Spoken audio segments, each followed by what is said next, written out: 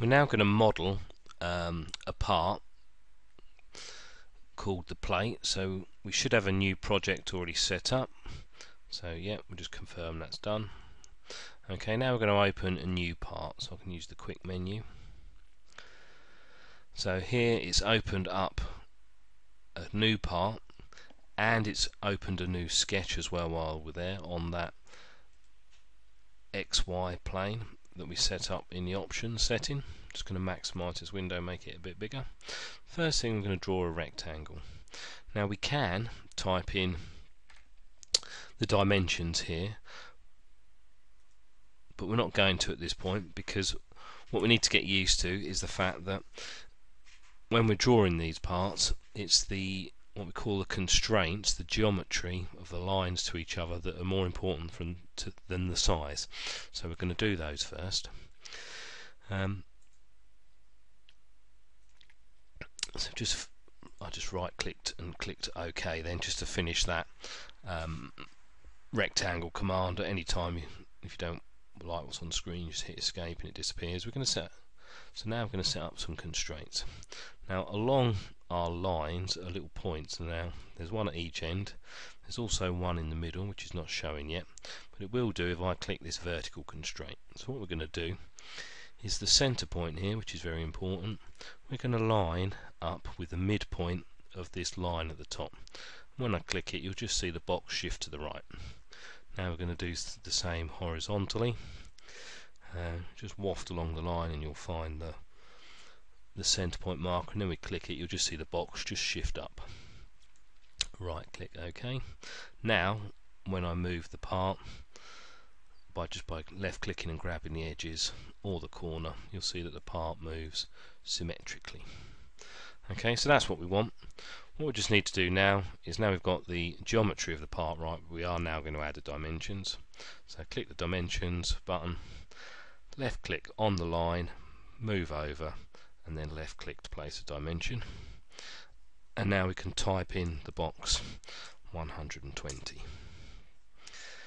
What's happened now is it's zoomed out, so now I can't see the box. So if you just double click your middle wheel of your mouse, it should zoom all.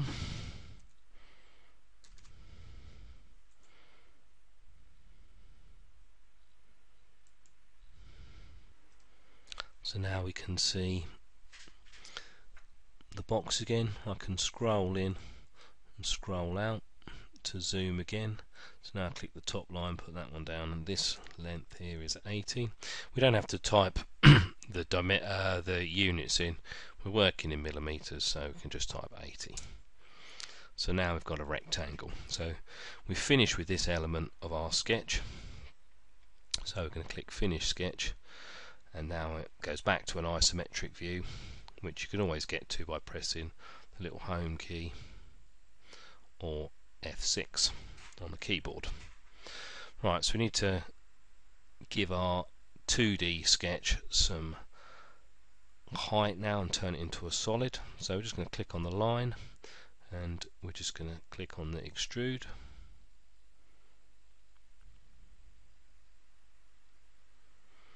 It's just asking us how high to go up. Yes, we want 10 millimeters. We've got a few other choices in here. At the moment we're going up from the work plane. We could go down from the work plane. We could go equal either side, so 5mm up, 5mm down. Or we can go asymmetric, and we can type in a couple of values there, but we're just going to go up and click the OK.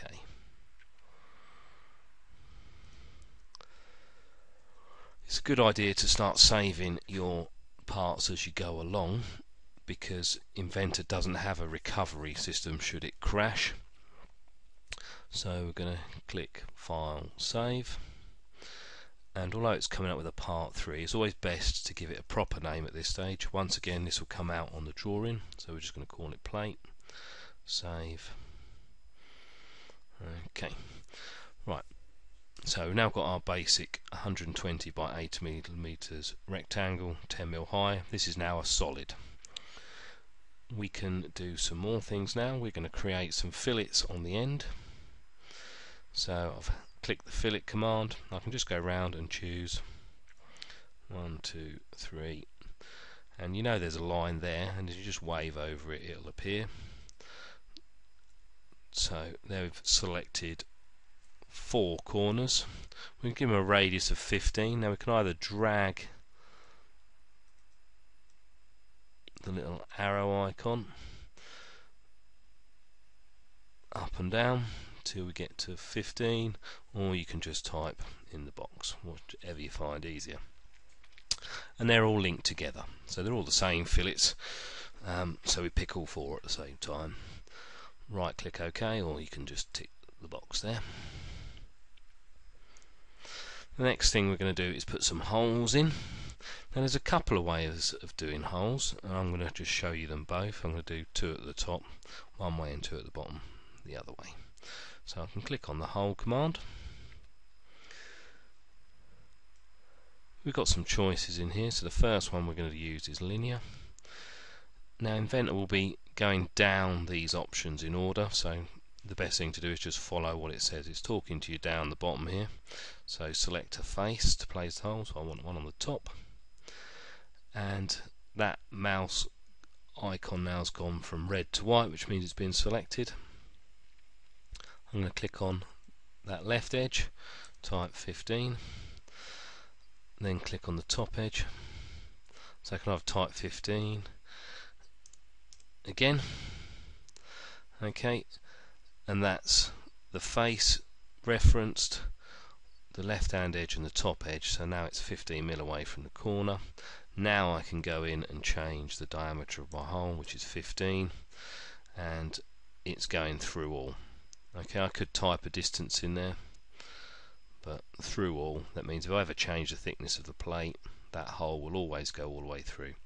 Now, because I want to do some more, it's best not to click OK, otherwise you have to go and type all these sizes in again.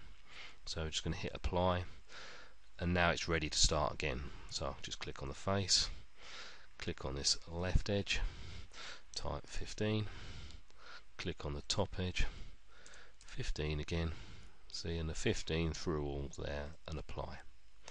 So hole number 3, this time we'll just do it slightly differently. We're going to use the concentric command this time. So these ones here have just changed slightly. Once again, got to click the top face, and now it's after a concentric reference. So now this 15mm radius is in the same, the 15mm hole is on the same center line as the 15mm radius, so apply, and then concentric once more, click on the face, click on the round part, and this time I can hit OK because I'm finished.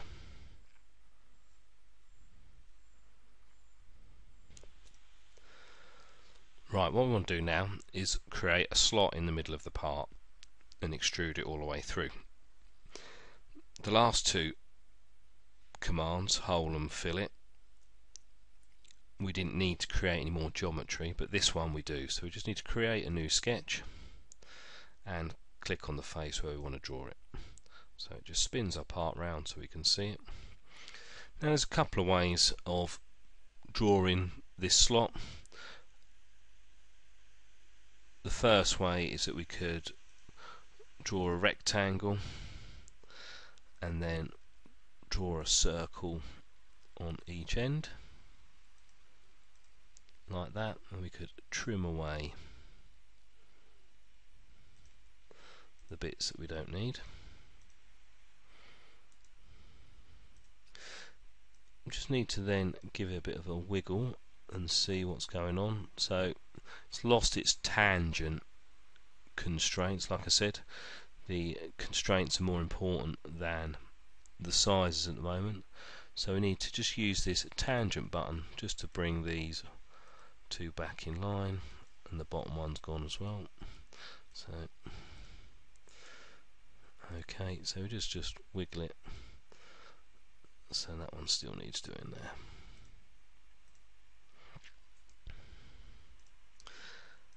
Okay, so that's moving, and then we can position it in the middle. So we can do it horizontally. to have that line selected here, which is why it doesn't like that. So I'm just going to press escape just to clear the selection and do it again. Center point, midpoints, that moved it down, and now center point in the middle of that line. Done. So now it'll always stay in the middle. Okay, so I could dimension it there.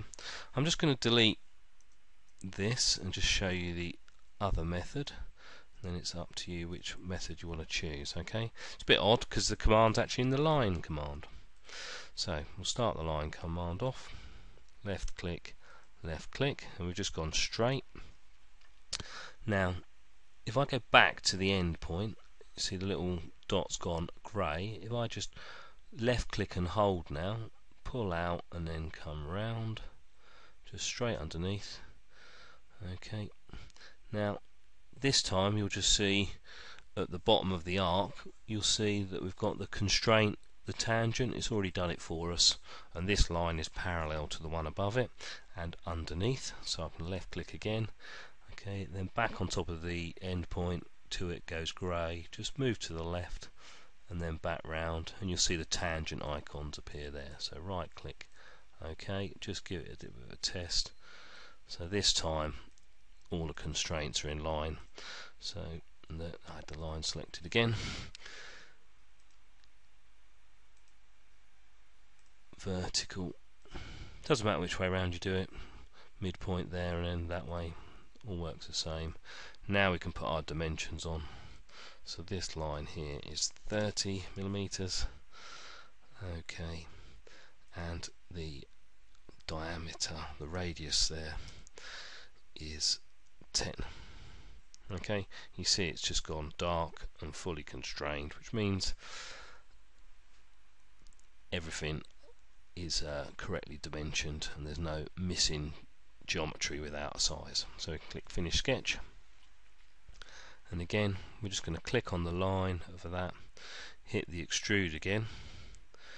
Now this time it can see some different areas, so it's just asking us to pick which part of our geometry, which area do we want to work with, and we want to work with this. So it starts by going up, and this time we don't want to add material, join, we want to cut material, so it knows it's going to go through, and we're just going to change this distance here. At the moment it's set to 10, we're just going to change it to through all, like we did with the holes. And if we ever change the thickness, it will change sides. And there we have our plate created from two sketches. First one extruding up, second one cutting through, and then our hole and fillet features. Don't forget to hit save, and we're done.